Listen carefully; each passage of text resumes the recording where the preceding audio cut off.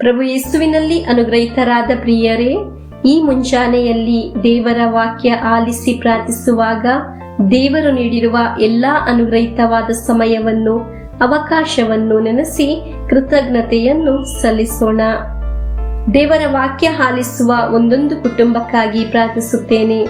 ಈ ನಿಮಿಷದವರೆಗೂ ನಮ್ಮನ್ನು ಪರಿಪಾಲಿಸಿದ ದೇವರಿಗೆ ಸ್ತೋತ್ರ ಸಲ್ಲಿಸೋಣ.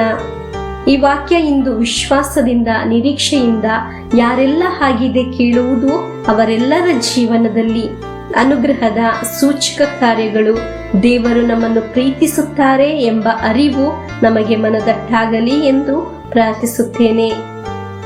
ದೇವರಿಗೆ ನಮ್ಮನ್ನೇ ನಾವು ಸಮರ್ಪಿಸಿ ಇಂದಿನ ದೇವರ ವಾಕ್ಯವನ್ನು ಆಲಿಸೋಣ.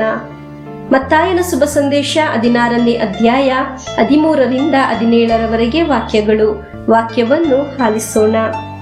ಯೇಸುಸ್ವಾಮಿ ಫಿಲಿಪ್ಪನ ಸಜೇರಿಯ ಎಂಬ ಪ್ರಾಂತ್ಯಕ್ಕೆ ಬಂದರು. ಅಲ್ಲಿ ತಮ್ಮ ಶಿಷ್ಯರನ್ನು ಉದ್ದೇಶಿಸಿ, ನರಪುತ್ರನನ್ನು ಜನರು ಯಾರೆಂದು ಹೇಳುತ್ತಾರೆ ಎಂದು ಕೇಳಿದರು.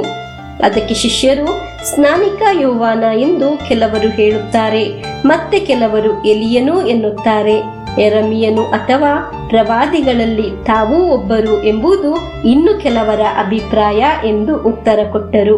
ಆಗ ಯೇಸು, ಆದರೆ ನೀವು ನನ್ನನ್ನು ಯಾರೆನ್ನುತ್ತೀರಿ ಎಂದು ಪ್ರಶ್ನಿಸಿದ್ದರು. ಅದಕ್ಕೆ ಪೇತ್ರನು, ಅಭಿಷಕ್ತರಾದ ಲೋಕೋದ್ಧಾರಕ ತಾವೇ, ಜೀವಸ್ವರೂಪರಾದ ದೇವರ ಪುತ್ರ ತಾವೇ ಎಂದನು.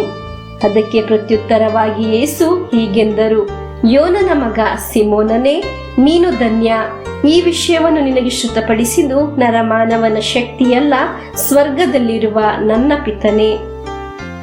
ಪ್ರಿಯರೇ, ದೇವರಲ್ಲಿ ಇರುವ ವಿಶ್ವಾಸವನ್ನು ಸೋಮಾರಿತನ ಇಲ್ಲದೆ ಪ್ರಕಟಣೆ ಮಾಡಿದವನನ್ನು ಸ್ವರ್ಗ ಕರೆದಿದ್ದು ಧನ್ಯ ಎಂದು.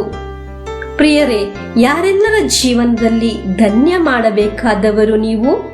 ಒಂದು ಸಮಯ ಈ ವಾಕ್ಯ ಆಲಿಸುವ ನೀವಾಗಿರಬಹುದು ನಿಮ್ಮ ಭವನದ ಅನುಗ್ರಹದ ವ್ಯಕ್ತಿ. ವಿಶ್ವಾಸಿಸುವ ಒಂದು ಹೃದಯ ಇರುವ ವ್ಯಕ್ತಿಯಾಗಿದ್ದೀರಾ ನೀವು. ಆದರೆ ಒಂದು ದುಷ್ಟಶಕ್ತಿಗೂ ನಿಮ್ಮ ಮೇಲೂ ನಿಮ್ಮ ಭವನದ ಮೇಲೆಯೂ ಆಕ್ರಮಿಸಲು ಸಾಧ್ಯವಿಲ್ಲ. ಹಲ್ಲೆಲೂಯಾ. ಪ್ರಿಯರೇ, ನೀವು ನಿಮ್ಮ ಜೀವನದಲ್ಲಿ ಅನುಗ್ರಹ ಇರುವವರು ಆಗಬೇಕು. ನಿಮಗೆ ಸಂಬಂಧಪಟ್ಟವರ ಜೀವನದಲ್ಲಿಯೂ ನೀವು ಅನುಗ್ರಹವಾಗಬೇಕು. ನೀವು ಅನುಗ್ರಹಿಸಲ್ಪಟ್ಟವರು ಆಗಬೇಕಾದರೆ ಸೌಂದರ್ಯವು, ವಿದ್ಯಾಭ್ಯಾಸವು, ಹಣಕಾಸು ಏನು ಸಾಲುವುದಿಲ್ಲ, ವಿಶ್ವಾಸ ಬೇಕು. ಯೇಸುವಿನಲ್ಲಿ ಇರುವ ವಿಶ್ವಾಸ ಅಚಲವಾಗಿ ಪ್ರಕಟಿಸುವವರು, ಮನಸ್ಸಿನಲ್ಲಿ ನಿಧಿ ತರ ಜೋಪಾನ ಮಾಡುವವರು ಭಾಗ್ಯವಂತರಾಗಿ ಮಾರ್ಪಡಲು ಪ್ರಾರಂಭಿಸುತ್ತಾರೆ. ಹಲ್ಲೆಲೂಯಾ. ಈ ಡೈಲಿ ಬ್ಲೆಸ್ಸಿಂಗ್ ಶುಶ್ರೂಷೆಯಲ್ಲಿ ಭಾಗವಹಿಸುವ ನೀವು ಅನುಗ್ರಹಿತರಾಗಿ ಬದಲಾಗಬೇಕು.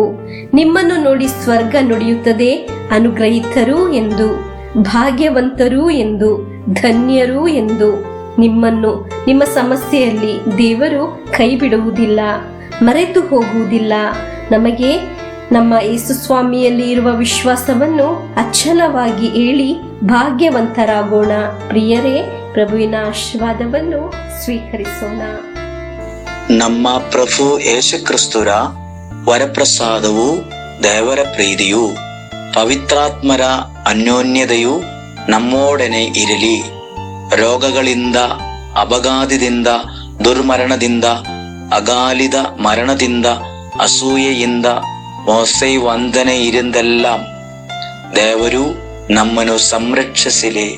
ಹಾಲೆಲೂಯಾ. ಆಮೇನ್.